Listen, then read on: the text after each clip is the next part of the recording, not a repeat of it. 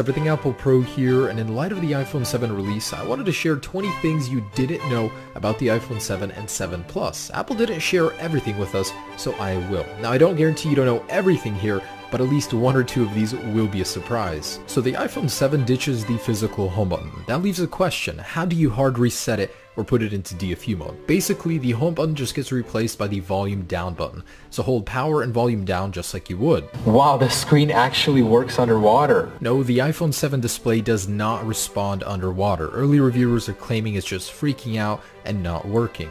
Now, before the iPhone 7 was even released, it was disassembled. The people that disassembled it claimed that it does have a rubber seal going around the edge. That means if you ever replace the display, you'll have to replace that as well, otherwise the water resistance gets compromised. Now, I was disappointed to learn that the materials are the exact same as the 6S. That means dual ion display, and as for the material itself, will be aluminum 7000. That means the iPhone 7 is water resistant, but it's no more durable against drops. And believe it or not, picking up the iPhone 7, you may notice it is lighter by 5 grams. It's a very small amount, but people are claiming they can actually feel it. The iPhone 7 is really exceeding expectations. Both T-Mobile and Sprint are claiming it's actually beat iPhone 7 records for pre-order by 4 times. Well, almost anyways. And T-Mobile CEO claims it's the most pre-ordered device in T-Mobile USA history.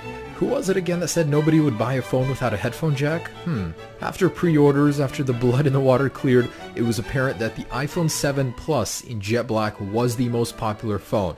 Apple even went out and released a statement saying anybody that's waiting in line currently to try and get an iPhone 7 Plus or an iPhone 7 or 7 Plus in jet black is wasting their time. It's actually amazing how critical the response was to the iPhone 7, and in particular the 7 Plus and the jet black color. So the iPhone 7 Plus comes with a dual camera setup. However, we didn't know the specs just until the other day, and it's been confirmed that there are different apertures and sensor sizes as well as a difference in optical image stabilization. So this means in different environments when you're shooting, you're going to get different results. So let's say you want to zoom in a low light environment. You're no longer using the wide aperture lens, you're using the other one with an f2.8 lens, which means lower quality in darker environments. Kinda sucks. Also, because the zoom lens has no optical image stabilization, if you zoom in, you're going to get more shaky video or photos, even if it's just the 2 times optical zoom. So just like rumored, Apple did indeed make the earpiece on the front of the phone wider. This means incompatibility with any old screen protectors or cases you may have laying around. Now, we knew that the cameras would be different,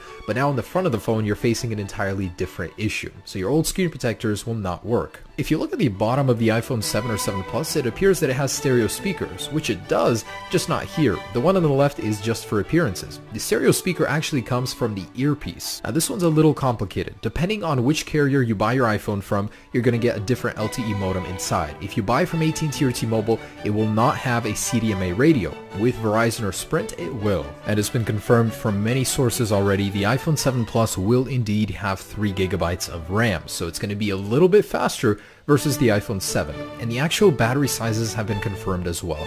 So that means the iPhone 7 will have a 1960 mAh battery, and the iPhone 7 Plus will have a larger 2910 mAh battery as well. And much like 3D Touch, the customizable home button will allow you to set how much response you want coming from it, so how hard you have to press in order to activate it, and when you press, how much feedback you'll get from the Taptic engine.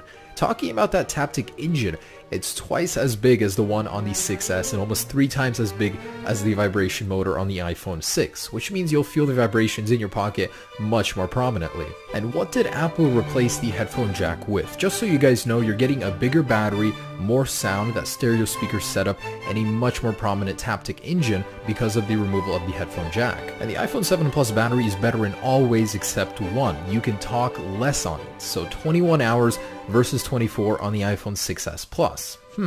And I really like the fact that there's a throwback in the packaging to earlier iPhones. So the jet black will have exclusive packaging similar to that of the iPhone 5 and very early iPhone models. Man, it does look good. And wow, Apple did not lie when they said this was the most powerful smartphone on the market.